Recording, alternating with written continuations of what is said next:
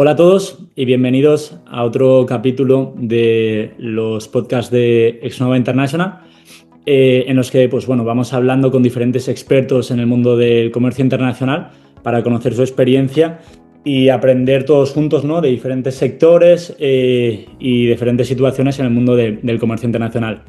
Hoy tenemos un capítulo que me hace muchísima ilusión porque contamos con un muy buen amigo mío y un gran experto en comercio internacional, Julio Hoyos. Muchas gracias por conectarte y por estar aquí, Julio. ¿Qué tal va todo? Nada, gracias a vosotros por la invitación y por contar conmigo y sobre todo con la cámara para abordar estos asuntos, ¿no? Que creo que son de mucho interés, ¿no? Y que vamos a intentar concentrar muchos consejos buenos y muchas recomendaciones bastante interesantes para empresas que exportan a los Estados Unidos. Eso es, fenomenal. Para poner un poquito en contexto y presentarte también a la audiencia que no te conozca, Julio es asesor senior en internacionalización e inversión extranjera dentro de la Cámara de Comercio de España en Estados Unidos, concretamente en Miami. Y bueno, básicamente es un profesional que lleva más de 13 años en el mundo de la internacionalización, del comercio exterior, en el que ha trabajado en diferentes áreas. Tiene un muy buen conocimiento de tanto el ámbito más legal como la parte más de requisitos, como en temas incluso de inversión y de internacionalización. Tiene un amplio abanico de conocimientos y creo que puede ser súper interesante para que también la audiencia que exporta a este mercado o que quizá tiene interés en exportar en él, pues pueda conocer la situación de primera mano y también el punto de vista de la Cámara de Comercio, que creo que puede ser súper relevante. Un poco para que la audiencia lo sepa, nosotros ya nos conocemos desde hace tiempo. Concretamente, creo que hace 5 o 6 años fue cuando nos conocimos por primera vez. Yo también, para que no lo sepa, estuve trabajando varios años en la Cámara de Comercio allí en Miami. Y precisamente conocí a Julio y nada, yo posteriormente ya volví a España y empezamos con Exnova International, pero bueno, la verdad es que desde entonces hemos mantenido una relación muy cercana, tanto con la cámara como con Julio. Hay un montón de puntos que me gustaría abordar y conocer tu opinión al respecto, pero para empezar yo creo que no se puede empezar de otra forma que no sea hablando de la situación con todo lo que son los aranceles, sobre todo de Donald Trump. Este año pasado es cuando hemos tenido más cambios en ese sentido. Entonces, un poquito, cuéntanos cómo ha sido vivirlo ahí de primera mano y cómo está la situación ahora y cómo ha sido esa evolución hasta ahora. Aranceles, la verdad que ha habido obviamente un antes y un después de aquel famoso Liberation Day. Tuvimos unos meses de cierta incertidumbre, incluso las propias aduanas de los Estados Unidos estaban teniendo problemas y pues bueno, el presidente no paraba de sacar órdenes ejecutivas con nuevos anexos y ahora una orden ejecutiva que modificaba la otra y ahora otra que modificaba la anterior y entonces pues la verdad que fue un poco caótico a efectos de aduanas. Ya pues si a efectos de las propias aduanas y de los agentes aduanales en Estados Unidos era un poco caótico, imaginarse para las empresas, ¿no? Entonces hubo mucha incertidumbre, mucho caos, mucho desconocimiento, mucho temor también, porque de repente pues se ven incrementada considerablemente el valor de las mercancías ese landed cost, ¿no? Esa mercancía ya puesta en territorio, en suelo americano, se vio incrementada considerablemente y los consumidores, pero sobre todo los importadores, ¿no? Acostumbrados a pagar un precio por una mercancía, de repente pues tienen que pagar más y ahí pues bueno, también empiezan las conversaciones en los mejores casos, ¿no? Sobre, oye, ¿cómo abordamos esta situación? ¿Lo absorbemos, lo tienes que absorber tú, fabricante, o vamos a absorberlo entre los dos, o paro de comprar por parte del importador, ¿no? Entonces ha habido ahí todo tipo de situaciones. Y la verdad que bueno, ahí intentamos ser lo más rápido posible dentro de lo que se pudo en la cámara. Y pues bueno, sacamos ya una primera edición un mes después del famoso Liberation Day aproximadamente, donde sacamos un documento de estrategias de mitigación del impacto de los aranceles dentro de la legalidad cómo hacer que esa base imponible sobre la que se aplican los aranceles pues fuera lo menor posible y por lo tanto se pagara lo menos posible, porque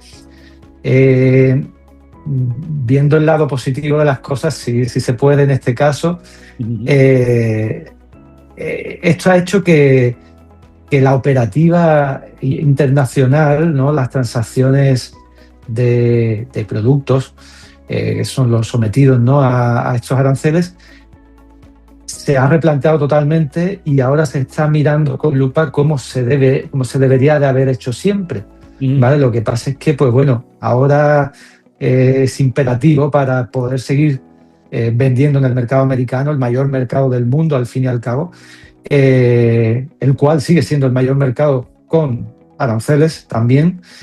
Y entonces, pues en ese sentido, hay diferentes tipos de estrategias que se pueden llevar a cabo para como digo, sufrir lo menos posible este impacto de los aranceles, ¿no? Qué bueno. Ha habido exenciones con el tiempo de cierta tipología de productos, pocos y contados, y quizás no los más habituales, como por ejemplo los agroalimentarios, pues no es que haya apenas exenciones, pero bueno, sí que es cierto de que ya está ese 15% de arancel, ¿vale? No vamos a entrar en detalle de cómo se aplica, cómo se calcula, no creo que este sea la charla adecuada, pero al fin y al cabo está ese arancel, vamos a decir, normal y común del 13%, del 15%, perdón, y nada, la cuestión es eso, es cómo se hace, ¿no? Entonces, por dar unas recomendaciones a las empresas, es este mercado, el mercado americano, sigue siendo eso, el que más compra en cuanto fuera de la Unión Europea, es el primer mercado en exportaciones de la gran mayoría de los sectores. Y nada, hay que seguir vendiendo, lo único que hay que hacer las cosas bien. Y entonces para ello, documentalmente, hay que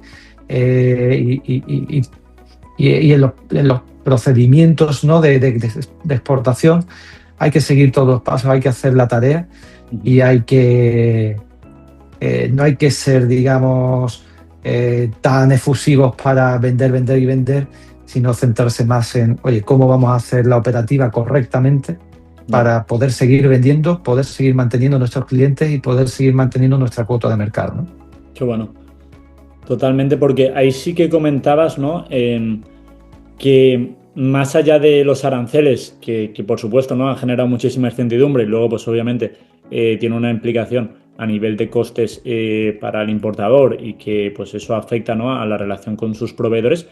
Pero uno de los puntos que también comentábamos, ¿no?, en el pasado que tú habías visto que también había afectado es sobre todo al tema de las inspecciones o las retenciones de mercancía, ¿no?, que en muchos casos parece ser que también se habían incrementado a raíz de todos estos cambios, ¿no?, a nivel operativo. No sé si ahí puedes contar un poquito qué es lo que habéis estado viendo desde la cámara y un poco cómo ha sido la situación. Y pues bueno, la situación se ha normalizado un poco, si bien progresivamente las aduanas han ido siendo más exhaustivas en los análisis de la mercancía que entra.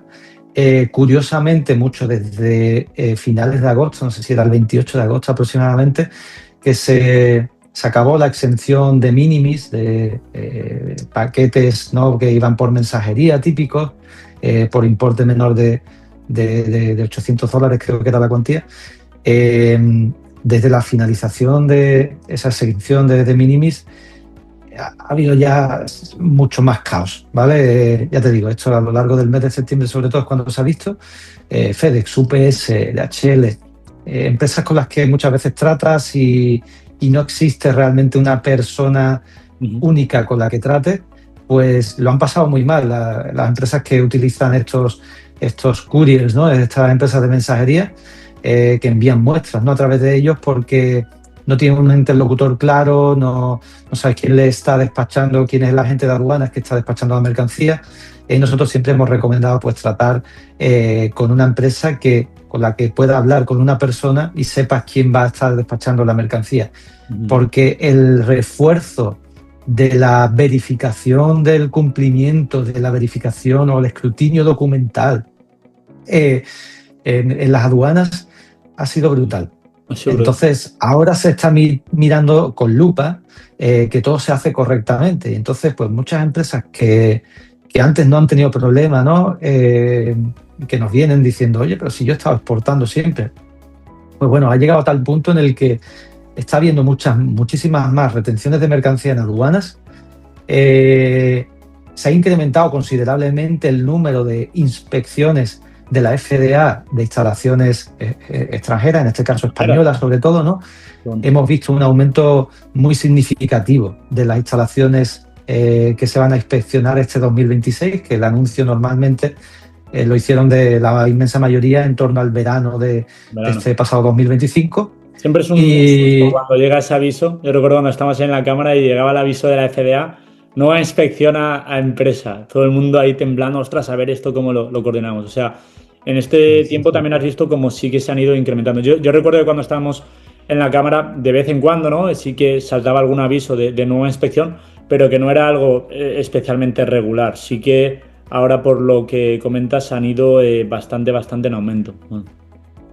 Exactamente, han ido en aumento y la verdad que bueno, ya te digo, con este refuerzo de mayor escrutinio documental, esta mayor verificación de documentación, se hace más importante que nunca el hacer bien la tarea, ¿no? El ser ahí pues muy exhaustivo, muy detallista en cuanto, digamos, a la preparación para vender en el mercado americano. Y hablo de la preparación no por las futuras empresas, porque realmente la mayoría de las empresas con las que nosotros tratamos son exportadores frecuentes, empresas que ya llevan trabajando en el mercado americano muchos años, y te puedo decir que la inmensa mayoría no tiene la tarea bien hecha, y te podría decir que hasta más de un 95% de las empresas exportadoras regulares no cumplen del todo con la normativa americana. Y es preocupante,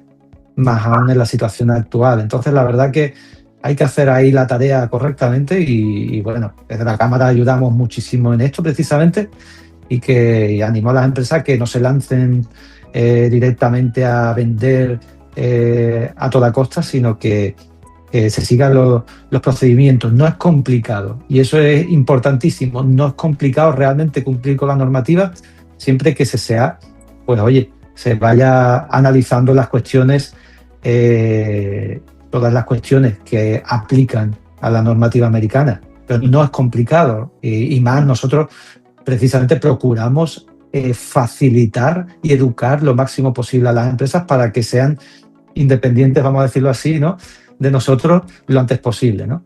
Qué bueno. Así que, pero bueno, eso, el refuerzo ha sido brutal, eso te lo digo claramente, vamos. No, es muy buen punto a tener en cuenta para eso, todas las empresas que exportan en ese mercado, ¿no? Porque pues eso, mañana te sale un aviso de estos y de repente son todo prisas para ponerse al día y todo en orden. Ahí un poco, por lo que comentas, ¿no?, ese 95% de empresas que no cumplen bien con la normativa, que yo también lo veía, ¿no?, directamente en la cámara. ¿A qué dirías que se debe, ¿no?, de esa dificultad de las empresas para coordinarse y un poco para organizarlo? Porque yo sí que veía que una de las cosas que pasaba mucho era que habían diferentes equipos encargados, ¿no?, de la expansión a Estados Unidos, con objetivos que no siempre estaban especialmente alineados y que muchas veces chocaban entre ellos mismos, ¿no? Por ejemplo, con todo el tema de la FDA, yo recuerdo que si igual hablabas con el departamento de calidad y planteabas una estrategia, ¿no?, y una idea, y luego hablabas con el departamento más de ventas, que tenían un planteamiento totalmente diferente, ¿no?, de vender y ya está, y luego a lo mejor hablabas con la parte más legal, un poco de requisitos y tal, y también te hacía otro planteamiento. Un poco ahí, ¿tú cómo ves que lo gestionan las empresas y cuál sería a lo mejor una recomendación que puedes dar a las empresas de cara a cumplir mejor con esa normativa? Pues básicamente la comunicación es clave, y la comunicación interna, y es cierto, ¿no? Al final, pues bueno, nosotros desde la Cámara hablamos mucho con calidad, pero comercial debe estar totalmente involucrado realmente en estas comunicaciones y en la inmensa mayoría de los casos no está involucrado. Y llama la atención, ¿no? Porque a lo mejor sí que está en copia de los emails, pero luego se tienen videollamadas y no está ahí para, digamos, estar al tanto, porque claro, al final el comercial trata con los clientes, promete ciertas cosas, precios, plazos, cuestiones, digamos, que para cerrar la venta, pues las aborda de un modo u otro el departamento comercial.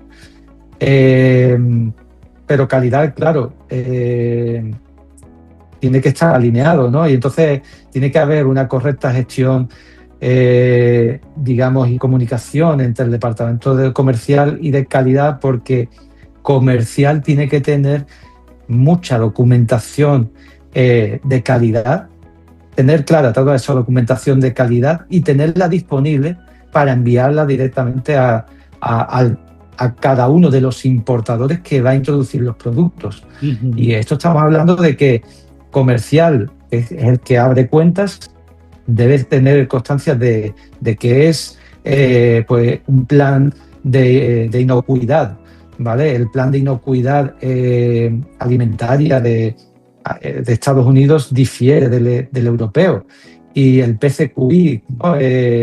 Que es el individuo cualificado en controles preventivos según la normativa americana, es una figura que suele obtener una acreditación en el fabricante, y que es la que suele mirar toda esta documentación. Uh-huh. Siempre suele estar en el departamento de calidad y rarísimas veces en el departamento comercial, ¿no? Entonces, y el comercial debe saber mucho esto, porque realmente se prometen muchas cosas y el comercial va mucho a precio o a una propuesta de valor, ¿no? O calidad o tal, pero el importador realmente busca otras cuestiones, ¿no? Como puede ser, por ejemplo, un cumplimiento total de la normativa, una facilitación de problemas, sobre todo eliminación o reducción de riesgos en aduana, que es lo que más le va a importar al importador, ¿sabes? Más que te compre a un buen precio, ¿sabes? Al final, pues son cuestiones que hay que tener en cuenta, ¿no? Por parte de comercial. Calidad es importantísimo y se tiene que trabajar con mucha documentación de calidad. El comercial debe estar muy al tanto. Luego está logística, que al final pues lleva a cabo las operaciones, pero claro, tiene que saber de ciertas cuestiones que ha hablado con comercial, y tiene que estar alineado también con administración, quien emite la factura. Esa factura debe ir de una forma muy, muy específica para Estados Unidos. Normalmente las empresas tienen una factura para Estados Unidos y una o más facturas para otros mercados, pero la de Estados Unidos suele ser única, porque se debe identificar, por ejemplo, el número del registro FDA o el número del registro FCE, si es una conservera, o los números SID asociados a los artículos. Debe tener ese tipo de cuestiones únicas del mercado americano, además del código arancelario, por ejemplo, ¿no? Cosas en las que también ahí interviene logística, ¿no? ¿Cuál es el código arancelario correcto? Que te sorprenderías de empresas exportadoras que no saben su código arancelario y no saben que su código arancelario en Estados Unidos es diferente al europeo, porque hablan de tariff y hablan de un código arancelario que es el que pide las aduanas en origen. Pero realmente es igual el código arancelario a nivel mundial, los 6 primeros dígitos, pero Estados Unidos pide un código de 10 dígitos que es único de Estados Unidos, y eso pasa y no sabes cuántas veces. Sí, es increíble. Lo vemos, es increíble. Justo nos pasa eso, ¿no? En la propia plataforma nosotros tenemos buscadores que muchas veces se adaptan a 8 o 10 dígitos para cada mercado, pero claro, justo lo que tú comentas, ¿no? Los primeros 6 dígitos son los mismos en cualquier mercado, los siguientes son específicos por cada país, y el de Europa normalmente no te sirve para Estados Unidos. Es un problema que nos encontramos muy, muy a menudo. Vale, súper. No, pues ese punto también súper relevante. Luego, una de las cosas donde yo también quería que compartieras un poco tu punto de vista, ¿no? Al estar más cercano al importador estadounidense, es, oye, ahora día, pues a día de hoy hay mucha competencia en muchos sectores en Estados Unidos, porque al final es el gran mercado, todo el mundo quiere estar allí, y pues competimos muchas veces con asiáticos, competimos con latinoamericanos, competimos con otros países europeos. Entonces ahí te quería preguntar, ¿no? Tú que pues, estás más cerca del importador americano, que lo conoces bien, ¿qué puntos de valor piensas que marcan la diferencia, ¿no? De cara a destacar por esta parte de proveedores españoles, de proveedores europeos, que ves que, oye, funciona muy bien y que realmente las empresas que tienen éxito en Estados Unidos más ponen pues en relevancia, ¿no? ¿Qué tips ahí darías un poco basándonos en qué es lo que le interesa al importador americano que el proveedor europeo le puede aportar? Voy a comentar primero lo que consideramos básico, ¿no? Muchas veces vemos empresas que abordan el mercado americano sin tener siquiera una página web en inglés, ¿vale? Entonces, pues bueno, de primera, obviamente, la página web en inglés, la documentación, obviamente, de calidad en inglés. Las empresas van con... tengo el mejor precio, tengo la mejor calidad, ¿no? Y muchas veces la calidad es muy subjetiva, porque rascas un poco y dices, pero ¿a qué te refieres con que tenés la mejor calidad, ¿no? Y entonces no te sabes responder realmente a esa pregunta, ¿no? No es una propuesta de valor con fundamento, con sustancia. Entonces, si vas a vender calidad, tienes que decirme a lo mejor que tienes el mejor aceite de oliva del mundo, premiado por el principal organismo certificador de aceite de oliva, por ejemplo, y no sé cuántos estándares más de calidad de procesos y de productos en tu empresa, ¿no? Todo eso va sumando, ¿no? En cuanto a esa propuesta de valor de calidad y suma a nivel comercial, ¿no? Entonces, por un lado tenemos realmente esa oferta comercial, ¿vale? En la que tenemos un mix donde para ciertos productos es lo más importante el precio, como una de las condiciones principales, ¿vale? No todo, que la gente se cree, digamos, que es todo. Ahora vemos la otra pata, ¿vale? Vamos a decir que un 50% puede ser precio o puede ser precio más propuesta de valor, ¿vale? Pero luego hay una otra pata, ¿no? Imprescindible y muy importante, que al final lo que busca, como decía antes, el importador americano es los menores riesgos posibles, básicamente. O sea, que quiere, por un lado, previsibilidad y por otro lado, poder comprar sin problemas, sin retenciones de mercancías, ¿no? En aduanas. Entonces, pues tiene que haber ahí una tarea hecha previamente, toda la parte documental. O sea, tal como tú contactas con un importador y este se muestra interesado, tú tienes que decir, oye, aquí tienes tu plan de inocuidad conforme a la normativa americana, el PCQI, tienes las fichas técnicas en inglés, conforme a la normativa americana, todos los etiquetados de los productos que te estoy ofreciendo cumplen con la normativa americana. Todo eso es un pack de documentos que se tiene automáticamente que enviar al importador interesado, y a muchos efectos se hace responsable de esa mercancía que introduce. Entonces, por eso quiere el menor riesgo posible. Entonces, tiene que ser conocedor de toda la operativa el export manager o el área manager que está llevando el mercado americano, y tiene que saber actuar rápido, porque todo esto son costes que se van generando, pierdes ese cliente. Pero no solamente se queda ahí la cosa, como pase un tiempo, porque los plazos son muy cortos, ya entras en una alerta de importación y por lo tanto ya estás en la FDA, es la red list, ¿no? La lista roja, ¿no? Y entonces ya estás metido ahí en un sistema, mejor dicho, en un régimen que se llama Detention Without Physical Examination. Es decir, tu mercancía, tal como vuelva a entrar en el futuro, hasta que no lo saques de esa alerta de importación, automáticamente y sin inspección, o sea, se ve que es mercancía del fabricante tal, con el número de registro FDA tal, y automáticamente se va a parar.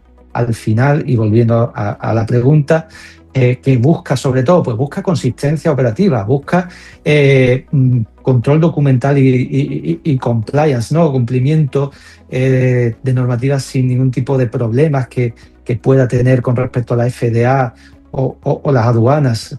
¿Vale? Entonces, a lo que iba, ese importador busca, por una parte, ese precio más propuesta de valor, pero sobre todo esa formalidad, cómo respondes, esa formalidad, esa constancia, ese poder pedirte documentación, que seas rápido en responder, que que seas proactivo, ¿no? Esas facilidades lo buscan muchísimo el importador y no se tiene apenas conocimiento de ello. Que tiene muchísimo sentido al final con los números que das, ¿no? De que el 95% no es especialmente riguroso cumpliendo con este tipo de normativas, puede ser una gran diferencia, ¿no? De cara a, oye, competir con otra empresa. Si tú eres una empresa que es muy formal en este sentido, también das esa confianza al importador y que seguramente si es un importador que en algún momento ha tenido algún tipo de problema relacionado con estos, con aduanas, que además son problemas que cada vez están surgiendo más con este aumento de las revisiones y de las inspecciones, pues es un muy buen punto, ¿no?, para diferenciarse con otros competidores. También te quería ya preguntar un poquito más por la parte de estrategia, ¿no? ¿Qué cosas tú ves que marcan un poquito la diferencia entre las empresas que son capaces de escalar o no? Sobre todo a nivel más de, oye, pues cómo se organizan a nivel de estados, si van a todo Estados Unidos, ¿cómo ves tú que las buenas empresas se diferencian de empresas que quizá no tienen tanto éxito en Estados Unidos? Normalmente las empresas sí que es cierto de que dicen, bueno, vamos a abordar el mercado americano y empiezan pues tirando, ¿no?, de conocidos que le han recomendado a alguna empresa o alguna empresa que han ido conociendo. Y para empezar, pues bueno, cuando una empresa busca un importador, están un poco en un enfoque más bien de me vale todo, ¿vale? Cuando tiene que ser muy diferente, tiene que ser, pues bueno, por una parte, al final el importador es una figura clave en Estados Unidos, clave e indispensable, porque los alimentos y bebidas sí o sí necesita un importador que introduzca y con una serie de permisos, licencias y digamos, se hace responsable al fin y al cabo de esos alimentos que entran conforme a una normativa muy, muy extensa que lo regula, y por lo tanto el importador es clave, ¿vale?, para vender esos productos. Ya hemos comentado ciertas cosas sobre qué se debe hacer para encontrar un buen importador, pero una vez que se encuentra, también es cierto de que hay que analizar a ese importador, ¿no? Exnova, por ejemplo, tiene una facilidad que da para el análisis de oye, ¿este importador realmente es bueno o no es bueno en cuanto al volumen de compra, ¿no? O sea, compra de Europa, compra más bien de China, compra poco, compra mucho. Hay que analizar ese tipo de cuestiones, ¿no? Y a nivel, digamos, vamos a decir, específico de cada una de los importadores con los que se trata, ¿no? Entonces, ese conocimiento que ahora pueden obtener de Exnova es genial para ya saber un poco. Luego bueno, puedes solicitar crédito para ese cliente, te van a conceder lo que sea, pero a ti te interesa también, pues bueno, que haya una consistencia en las compras, que determinar ahí, analizar ciertos factores que van al final a resultar en el medio largo plazo en que tú tengas no una venta spot puntual, sino tengas un cliente habitual que te va comprando y te va ayudando a desarrollar el mercado americano. Entonces, esa identificación del importador como un socio clave para abordar el mercado americano es fundamental. Y ahí hay que ver también que se enfoque en los canales que uno le interesa, ¿no? Que se enfoque en retail, que se enfoque en online retail, o que se enfoque en food service, en el canal Horeca.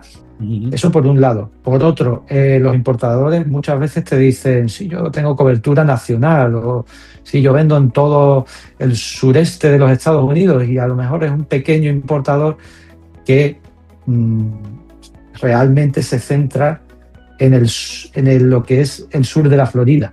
¿Vale? Al final, pues bueno, hay que identificar realmente dónde está la clientela y dónde tiene realmente poder esta empresa. Porque no tiene nada que ver Florida con Nueva York, pero tampoco tiene mucho que ver el sur de la Florida con el norte de la Florida. Pero uno tiene que ir priorizando. Entonces, al final, obviamente la costa este es la más importante, donde más influencia europea y española existe, ¿no? Pero también depende del tipo de producto que se venda. Y entonces, pues bueno, hay que analizar dónde se concentra, que Exnova también ahí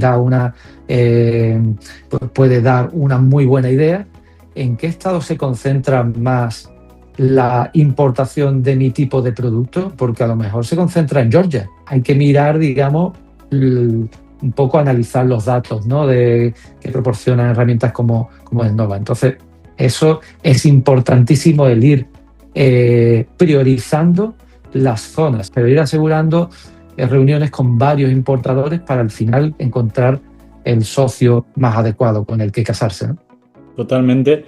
Y al final es algo que yo veo muchísimo, ¿no? Precisamente ver un poquito ese importador, qué es lo que está haciendo. No me vale simplemente con saber que es un importador. Quiero entrar y quiero ver si ya está trabajando con proveedores europeos, quiero ver qué volúmenes está manejando, qué productos está manejando. Y seguramente no vale tanto la pena coger a 200 importadores y enviarles a todos emails y dedicarles a todo el mismo tiempo, que al final es muy poquito de tiempo a cada uno de esos importadores, versus coger y decir, oye, en vez de ir a 200 importadores, voy a mirar y voy a dedicar un poquito más de tiempo a investigar cuáles son realmente los que más me interesan a nivel de volúmenes, de proveedores, de países de origen, y cuando los tenga claro, pues voy a hacer una estrategia de venta no solo de emailing, sino que a lo mejor les dedico un poquito más de tiempo porque sé que realmente son interesantes, ¿no? Que eso realmente vemos que es lo que mejor funciona a las empresas. Y ya para un poquito cerrar, Julio, también te quería preguntar por las estrategias que ves que siguen más relacionadas con las acciones comerciales, como pueden ser las ferias, ¿no? Yo sé que desde la Cámara pues apoyáis diferentes ferias y que también estéis relativamente pues familiarizados con muchos proyectos o muchas ferias que las empresas españolas atienden. ¿Algún consejo en ese sentido para las empresas españolas de cara a atender a ferias? ¿Qué ves que les funciona mejor, qué no les funciona mejor? ¿Alguna recomendación de algunas ferias en concreto que veas que en estos últimos años están siendo pues especialmente interesantes?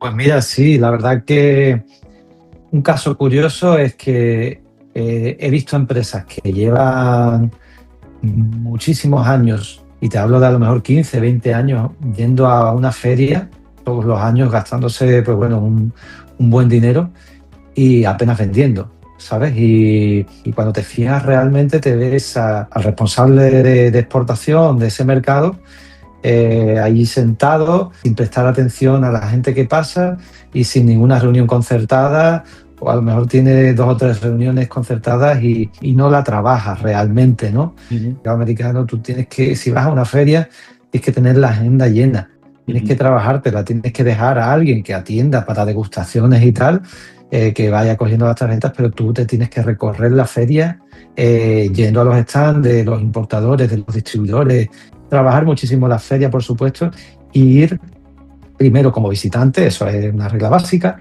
echar un vistazo y después, pues bueno, ya si merece la pena contar con la antelación suficiente para participar, exponer, utilizar los organismos de promoción exterior regionales, ¿no? Las agencias de promoción exterior tipo ICEX o las de las comunidades autónomas o las cámaras de comercio, que son canalizadores de ayuda, y participar ahí en ayudas que apoyan, digamos, en exponer como expositor en estas ferias y aprovechar el viaje. En muchos casos hay ayudas que te pagan prácticamente vuelos, dietas, alojamiento, gran parte de, si no todo lo que es el exponer en esa feria, y entonces aprovechar esos viajes. Como ferias más importantes de alimentación, pues yo optaría por la Fancy Food de Nueva York, la Summer Fancy Food, antes que la Winter que se celebra ahora, que o sea, yo tiraría siempre más por la costa este, todo lo que se produzca en la costa este, porque al final la costa oeste no tiene tanta afinidad con el producto europeo por norma general. Natural Products Expo West, por ejemplo, es interesante para productos naturales y ecológicos. Yo, sobre todo, las que más recomendaría sería pues una PLMA, una Summer Fancy Food de Nueva York, una America's Food and Beverage de Miami, que se enfoca en todo el continente americano, Estados Unidos, Canadá y toda Latinoamérica, ¿no? Entonces, ese tipo de ferias. Fenomenal, y creo que también de ahí se sacan aprendizajes súper potentes. Y yo creo que con esto, Julio, lo tenemos y podemos dar un poquito por cerrada la reunión. Yo creo que nos llevamos muy buenos aprendizajes y que seguro que mucha gente que nos escucha pues saca puntos de valor que luego pueda aplicar en sus departamentos y en las diferentes empresas. Así que nada, te agradezco muchísimo tu tiempo, ha sido un placer como siempre. La verdad es que es un gustazo y también, bueno, agradecer a la Cámara de Comercio por, pues bueno, esta relación que llevamos con vosotros desde el inicio, ¿no? El apoyo que nos habéis prestado. La verdad es que es una pasada la labor que hacéis y también, pues obviamente es un orgullo poder decir que desde la Cámara se utiliza Xnova y muchísimas gracias a la Cámara, muchísimas gracias a ti, Julio, y encantado de charlar contigo y nada, nos vemos en la próxima. Encantado de participar y muchísimas gracias a vosotros por invitarnos a este podcast, ¿no? A esta charla.